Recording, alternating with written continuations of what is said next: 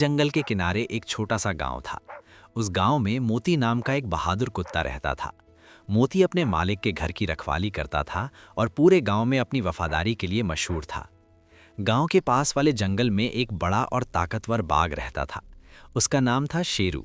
शेरू बहुत शक्तिशाली था, लेकिन वो अक्सर अकेला महसूस करता था। जंगल के सारे जानवर उससे डरते थे, इसलिए कोई उसका दोस्त नहीं बनता था।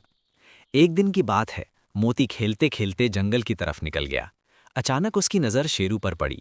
शेरू भी उसे देख रहा था। दोनों कुछ पल के लिए एक दूसरे को देखते रहे।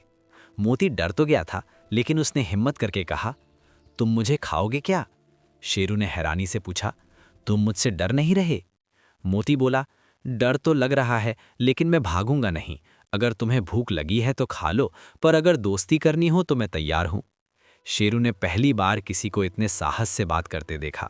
वो मुस्कुराया और बोला, मैं तुम्हें नहीं खाऊंगा, मुझे दोस्त की ज़रूरत है। उस दिन से दोनों की अनोखी दोस्ती शुरू हो गई। मोती रोज़ जंगल के किनारे आता और शेरू से बातें करता। वो उसे गांव की कहानियां सुनाता और शेरू उसे जंगल के किस्से सुनाता। एक दिन कुछ शिकारी जंगल में आए। उन्होंने जाल बिछाया और शेरू उसमें फंस गया।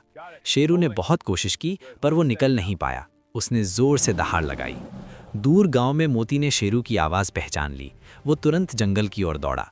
उसने देखा कि शेरू जाल में फंसा है। मोती ने बिना देर किए गांव में जाकर अपने मालिक और गांव वालों को बुलाया। गांव वाले पहले तो डर गए, लेकिन मोती की जिद पर वे जंगल गए। उन्होंने मिलकर जाल काटा और शेरू को आज़ाद कर दिया। शेरू ने किसी को नुकसान नहीं पहुंचाया।